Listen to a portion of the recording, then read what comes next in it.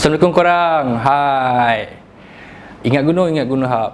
Okey, kalau korang belum subscribe lagi channel Gunung Hub ni, sila subscribe channel Gunung Hub sekarang sebab kita akan terus menyampaikan info-info terbaru tentang arena pendakian gunung Malaysia.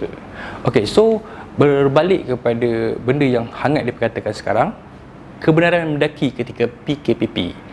So kita umum mengetahui proses peralihan daripada PKPB ke PKPP efektif daripada 10 Jun 2020 dan selepas 15 Jun 2020 kebenaran untuk sukan mendaki telah pun dibenarkan oleh Majlis Keselamatan Negara ataupun MKN dengan standard operasi yang telah dikeluarkan.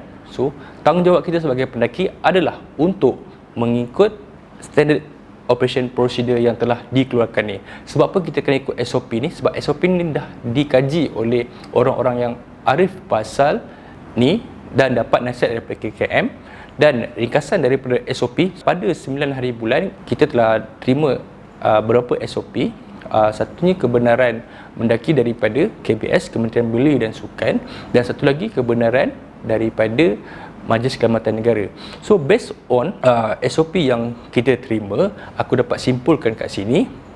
Okay, first, kita haruslah mendapatkan kebenaran mendaki hutan dengan jabatan hutan ataupun pihak berkuasa tempatan.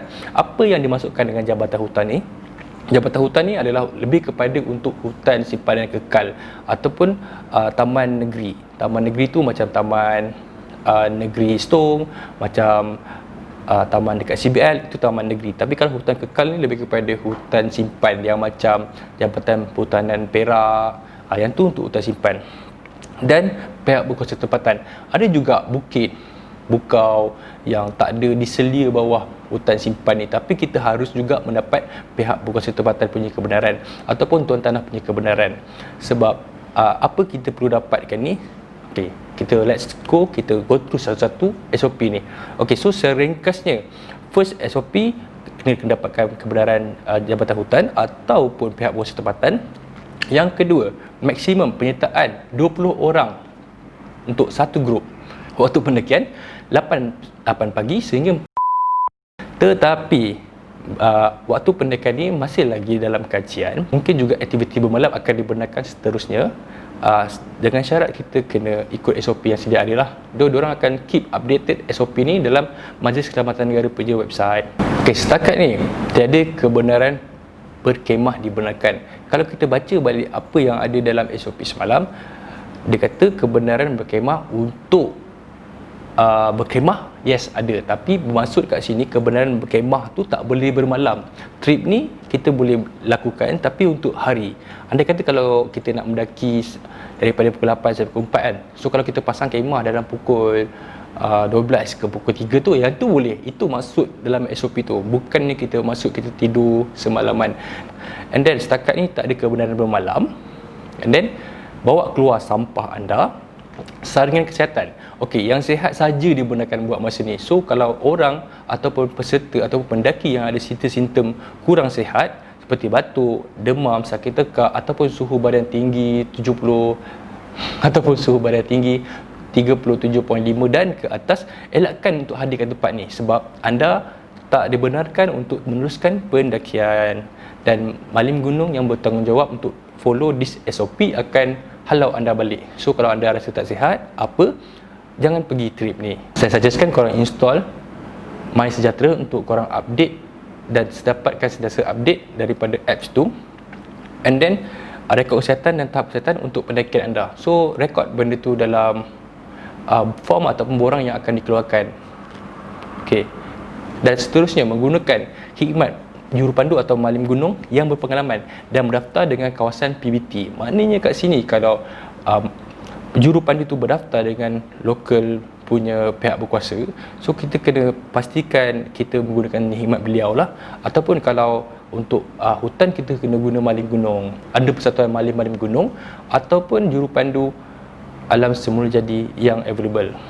Dan tanggungjawab jurupandu atau Malim Gunung ini bertanggungjawab sepenuhnya seperti mengambil rekod anda, tahap kesihatan dan lain-lain. Dimaklumkan juga nisbah pendaki kepada Malim Gunung adalah 1:5. So 1 Malim Gunung untuk 5 orang pendaki, dan sistem ni dah digunakan dekat Gunung Kinabalu.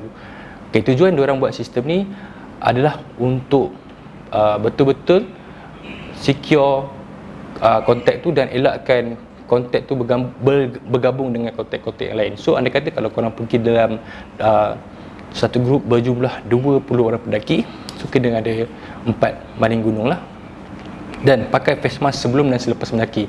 Okey, pakai face mask sebelum dan selepas mendaki ni adalah bila kita dah sampai kat facilities sesuatu kawasan tu, macam facilities dekat starting point ataupun dekat facilities kat satu kawasan tu, facilities yang adalah macam pondok, starting point, checkpoint. So kita pakai mask kat situ dan amalkan social distance dekat situ.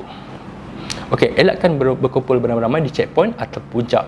So kita kena ada satu disiplin yang mana kita tak boleh berkumpul beramai-ramai. Okey, kita tahu yang sebenarnya benda yang paling best sebab tu mendaki ni, bila kita mendaki ramailah, sebab lagi ramai lagi meriah, lagi ramai lagi syok bila kita group foto semua kan. Tapi kita kena amalkan norma baru ni.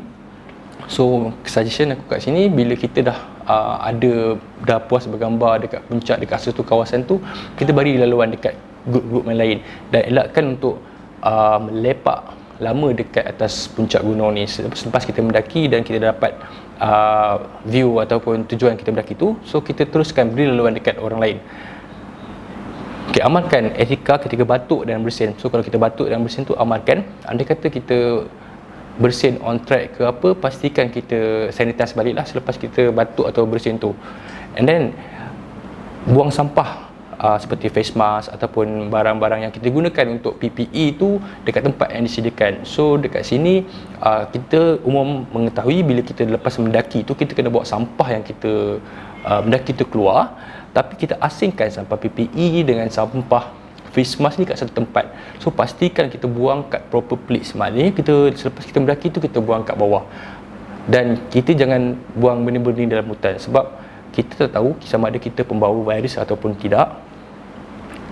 Dan yang ni best lah kita nak kongsi, baru dah pakai peralatan sendiri. So kita amalkan diri kita untuk bawa peralatan sendiri. So jangan berharap dekat organizer nak bawakan itu, ini untuk anda kan. Bawa peralatan sendiri dan pakai peralatan sendiri. Elakkan berkongsi.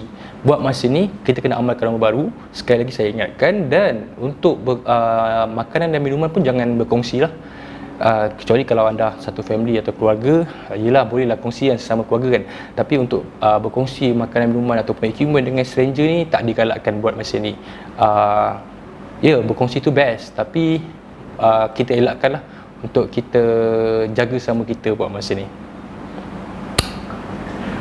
Okay, elakkan bersentuhan dengan another participant. Andai kata kalau kita selisih on track ataupun denai kecil, kita kena ada common sense ketika mendaki.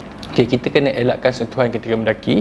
So kalau andai kata kita terselisih dengan orang yang ketika kita nak naik dia nak turun, ataupun kita nak turun dia nak naik, kita ada common sense sikit, bagi laluan kat dia orang dulu ke apa, sampai denai tu clear ataupun tak ada orang lalu, baru kita lalu. So kat sini tolerate tu penting lah. Kita nak elakkan bersentuhan, elakkanlah memegang apa-apa yang korang rasa tak perlu nak pegang. Benda ni sama je, waktu hiking pun kita ada prinsip ni. So jangan pegang sebarang lah kalau kita pergi kat mana-mana, jumpa checkpoint dekat pondok ke apa kan. Kalau boleh kita elakkan berpegang dekat mana-mana kerusi ke apa ke, ataupun kalau kita dah pegang, kita sanitize balik tangan kita. Dan SOP-SOP lain yang akan dikeluarkan kemudian. So kita kena keep update dengan SOP-SOP yang akan datang. Mungkin ada SOP baru yang akan dikeluarkan dalam masa terdekat ni, sehingga video ini dirakamkan pada 10 hari bulan. Ini adalah SOP yang kami terima dan kita dah revise untuk sebelum 10 hari bulan.